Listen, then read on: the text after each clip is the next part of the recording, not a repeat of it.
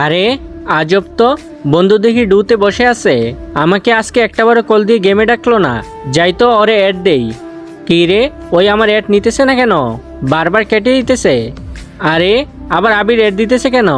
মামা চল তো একটা কাস্টম খেলি 2 vs 2। আরে মামা, কাস্টম বাদ দে তো। সাব্বির আমার অ্যাড নিতেছে না, ওরে একটু অ্যাড দে তো। নয়তো ওর গ্রুপে যা, গিয়ে আমারে ইনভাইট দে। তোদের মধ্যে কি আবারও ঝগড়া হয়েছে নাকি? আরে মামা, ওর সাথে আমার তেমন কিছুই হয় নাই। মাঝে মধ্যে কথা কাটাকাটি হয়, এতটুকুই। এর জন্যই মনে হয় ওই আমার উপর রাগ করে বসে আছে। ওর গ্রুপে গিয়ে আমাকে অ্যাড দে তো। আচ্ছা 5 মিনিট অপেক্ষা কর, আমি ওর গ্রুপে গিয়ে তোকে অ্যাড দিতেছি।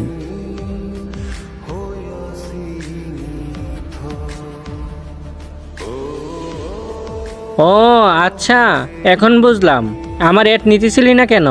এখন তো বাবি আছে, আর এই বাবির জন্য তুই আমাকে ইগনোর করতেছ। ভাই এত কথা বুঝি না, আমার গার্লফ্রেন্ড বলছে তোর সাথে যেন কথা না বলি, তাই তোর সাথে আর কোনো বন্ধুত্ব রাখতে পারবো না। সাব্বির প্লিজ মজা করিস না। তুই যদি আমার সাথে কথা বলা বন্ধ করে দেস, তাহলে কিন্তু আমি অনেক একা হয়ে যাব। এই দেখ, তুই একা হলে আমার তাতে কোনো যায় আসে না। তুই এখন গ্রুপ থেকে যা তো। সাব্বির, ওরে কিক দাও তো, আমরা পার্সোনাল কথা বলবো। আসলে এই দুনিয়াতে বন্ধুত্ব বলতে কোনো সম্পর্ক হয় না। দুঃখ আমার সাথী হইল সারা জনম।